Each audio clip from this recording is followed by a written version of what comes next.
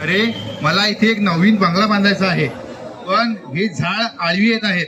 आता मला इथे एक नवीन बंगला बांधायचा आहे, ही झाड आळवी येत आहेत. एक झाड तोडल्याने काय फरक पडत आहे? अरे सोम, एक एक झाड तोडल्याने श्वास घ्यायला हवा कुठून आणशील? आणि हे बघ देवा पाण्याचे दुर्दैव. काय रे प्रेम, पाणी काय संपणार आहे का? मला लागला तसा वापर करीन मी पाण्याचा, किती पण सांडेल केल. बरोबर आहे भावा तुझं.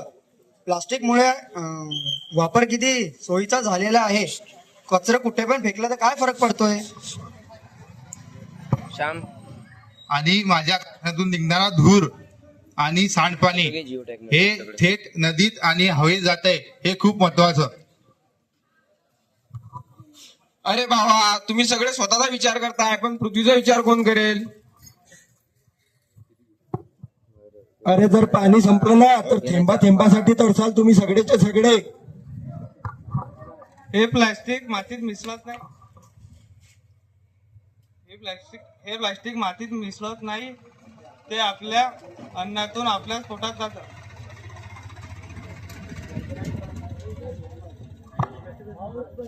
आज जर आपण बदललो नाही तर उद्याची पिढी आपल्याला माफ करणार नाही. त्यामुळे झाडे तोडू नका, पाणी वाचवा, पाणी जिरवा.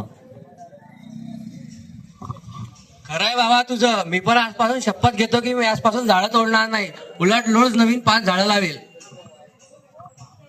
भावा खरंय तुमचं. खरंच आपल्याला पाण्याचा चांगला वापर केला पाहिजे. मी आजपासून पाण्याचा जपून वापर करेल व पर्यावरणाचे संरक्षण करेल.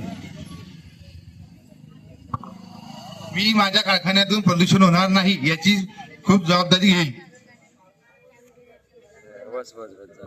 मी प्लास्टिकचा वापर पूर्णपणे बंद करेल.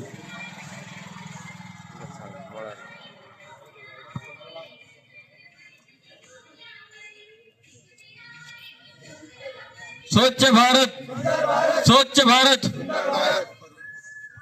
काळाची गरज, काळाची गरज. झाडे लावा, झाडे लावा. स्वच्छ गाव सुंदर गाव, स्वच्छ गाव सुंदर गाव. भारत माता की